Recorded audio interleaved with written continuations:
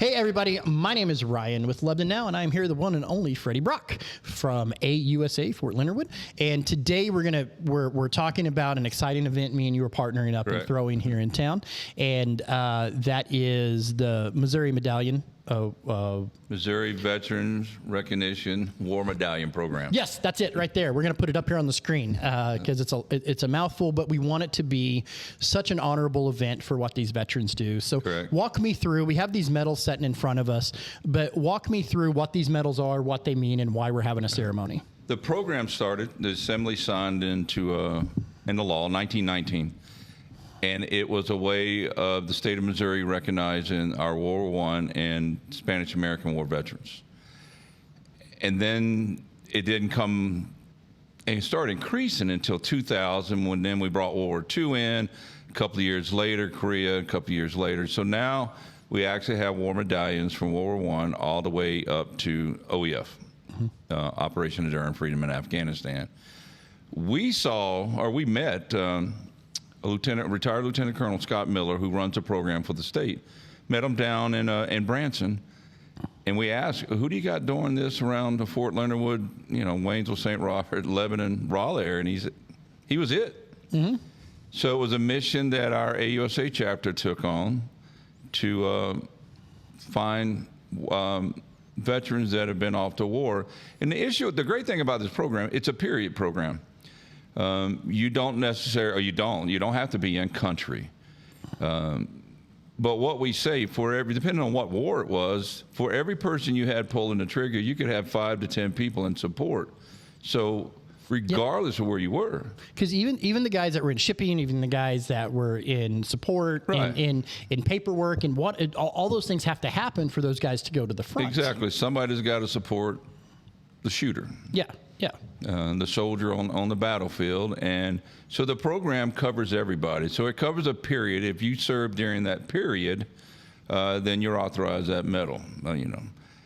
During when we were talking to some of the Vietnam veterans, we found many that were drafted and ended up in Hawaii, Thailand, Alaska, but they did their part to support the military. So they're eligible for these medals. So now we have 6. And just recently, we had a veteran, he brought his paperwork in when we were set up at the Hughes Center, and he told us he was a Vietnam vet. He said, however, my dad was a World War I vet. Mm-hmm. And that was exciting because there's no World War I veterans living. No. And these are for the family, or the veteran can be deceased, and the family can put in for it. So Debbie at the Lebanon Senior Center, her dad had served in Vietnam. Correct. And he was deceased, and she brought in all the correct paperwork and received on the list for his medal. Yes. So we have we didn't keep a record of what we were signing up. We take the medals, or we would take the applications and the discharge, put them in an envelope, and send them up to Jeff City. Mm-hmm. So we're waiting for, and then there's a process, because you get a letter from the 2-star Missouri National Guard General, you get a letter from the Secretary of State, and you get a letter from the governor to include the certificates for that particular war. Mm-hmm. So it's, ones that we have signed up in the last month are running the system up in Jeff City. Yeah. And I'm waiting for them to tell us actually how many we did. Oh, wow. And so we will continue with this program.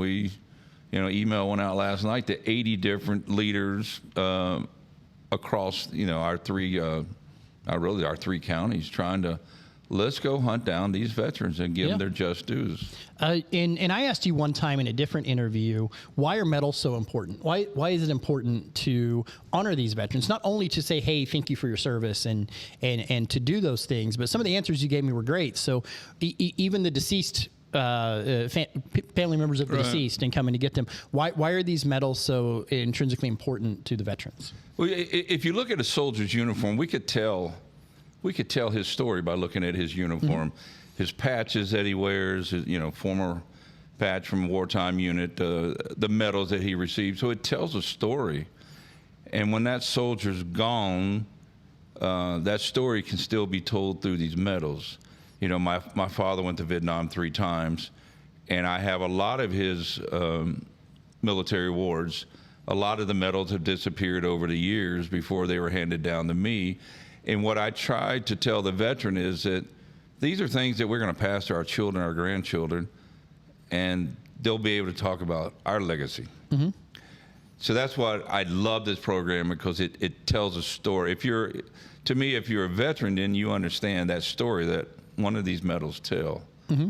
And then I can look at, the Afghanistan medal and think about my deployment to Afghanistan, and other veterans can do the same thing. It kind of reminds me of that adage of that little dash, like you lived from this to dash to this. That little dash is the whole story, right?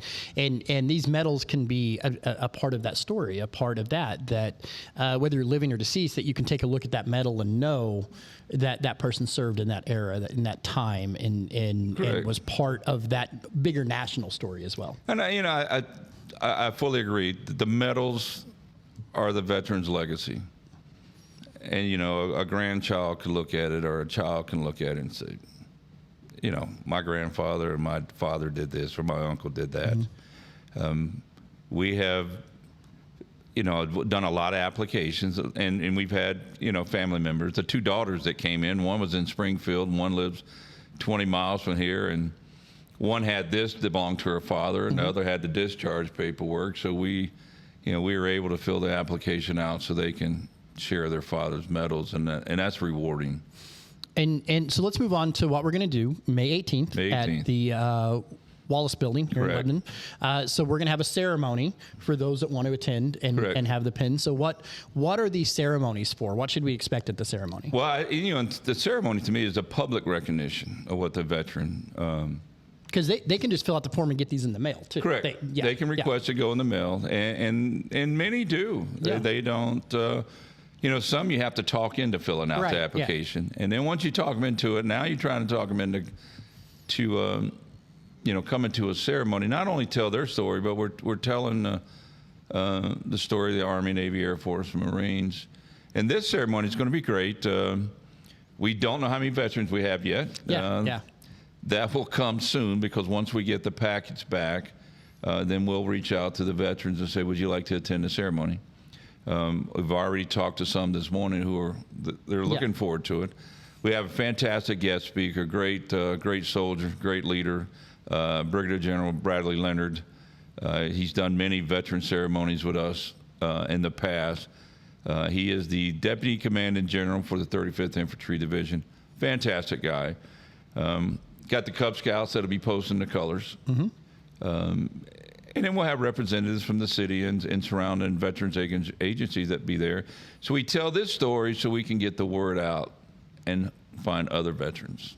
And that's why we teamed up, because I'm not a veteran. I make that very clear. But what I see and what Lebanon Now is trying to build with Vet Talk is a centralized location so veterans can come and find out what some of their secondary benefits are. Maybe something that's not in that discharge packet, something about where to get a home loan or what other benefits and what other things, and to tell their stories. One big part that we want Vet Talk to be is to tell their stories. Right. And one of the things, as we discussed, there's a disconnect where there's so many veterans organizations, so many organizations that are doing great things. But the disconnect is you read about it the day or two after the event happened. And that's what I love about Vet Talk, where we can have a central focus where veteran groups can call in or stop by or send their information and, hey, we got this event here, and everybody's welcome. So that's the one thing I hope we get out of this, is that we can bring the veterans organizations together and speak with one voice. And that's been my main mission in the background. As you know, Adam and Will do most of this part. And today, this is kind of impromptu, but I wanted to talk a little bit about what Lebanon Now and Vet Talk's mission is, and to thank you for partnering and letting Lebanon Now and Vet Talk be a part of this presentation that's coming up, because we don't want this to just be, and there's going to be some pomp and circumstance to it, and that's what I want to bring to it. But I also want it to be a focal point where people understand that we're trying to build and create that focal point for veterans to find those things out. So I appreciate you letting us be part of this. Well, I appreciate you guys telling our story. There's just so many out there, and there's not an avenue to get the story out. And Will and Adam have done a great job with Bet Talk and getting that word out. And Branson's been down here quite a couple times to do things. And it's just like this morning, I posted the flyer this morning for this Tuesday morning, and got a couple messages. How can I sign my husband up? How can I do this for a future one? And I'm sending them to the website, and I'm going to give them your information when we get off there. So we know that we're reaching out to people, and we that's ultimately the goal is just to make sure that veterans know they have one place in our area to come look. And we've been trying to, when we set up in the Waynesville Senior Center, Waynesville St. Robert Senior, and in the Hughes, is to not just give the veteran a sheet of paper and say, here, fill this out, but sit down with the veteran and fill it out and then help them that way. Maybe it's like a car dealership. If you don't sell it there and the person says, I'll be back later. Right. And we want them to have the recognition. We want them to get, because we did, and to go back to iterate that point, is you don't have to be a frontline person. There's medals for that. There's medals for those recognitions and stuff. But this particular medal is just an era medal that said, I served in the military and I was part of this operation. So yeah, and so far we got, we have one retired sergeant major who was Desert Shield, Iraq and Afghanistan. And then we have the one veteran who will tell his story that day, who joined the Navy at 16. And at 17, the Navy found out that he was too young, put him out. A couple years later, he joins the Army and goes off to Korea. And great story there, but we'll save that. And then after Korea, he goes to Vietnam. So we're running across these veterans that actually served there in 3 war times. And each one of them has a fantastic story. And I hope that we're just that focal point to help them tell their story. And I can't wait to hear those stories, because when you're a guy my age and you look back at history, they do the Korean War and broad strokes, and this is that. But to be able to sit down with the veterans and hear their singular stories that happened during these broad strokes that we know, but they give us so much more information about what personal experiences and what the troops actually went through during those periods of time. Because when you watch a history documentary, it's like, yeah, we did this, and 2 seconds later, we're 2 years later doing another thing. And to sit down and understand what our country was involved in, and there's a big history piece. And then locally, going to these senior citizens, we visit each one for a month long. Yeah. And you're sitting next to the guy having lunch, and you don't know his story, and now all of a sudden, a week later, he brings his discharge paperwork in, and he was an infantry guy in Vietnam or a Navy guy in the Korean War, and you think, he was just a gentleman sitting next to me at lunch, and now he's opening up about his life history in the military. That's what's fascinating, just to hear their stories. So that is going to be May 18th, 9 a.m. at the Wallace Building? The Wallace Building. We have so many different, but the Wallace Building. So come on out. We're working on sponsorships. If you want to sponsor that, give me a call. We want to make this something memorable for the guys. We are going to, as of right now, our plans are to live broadcast it out as well. Be wonderful. So if we want you there and in person, so don't get me wrong. The crux of doing live is we don't want to take away from people that might come. Yeah. But if you happen to be at work or you want to see a record of it, or later that day you want to watch it, we're going to go ahead and broadcast that live from and there. It'll be exciting because we're bringing in, Cub Scouts. Yeah.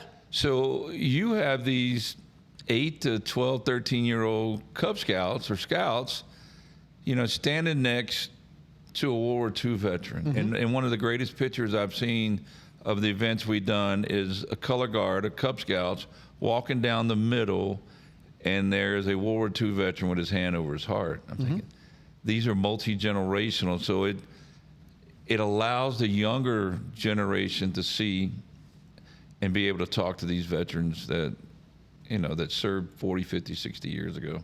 Absolutely. Well, thank you so much for your time today, Freddie. I look forward to this event. You're going to hear much, much more about it between now and then. It's a little over a month out.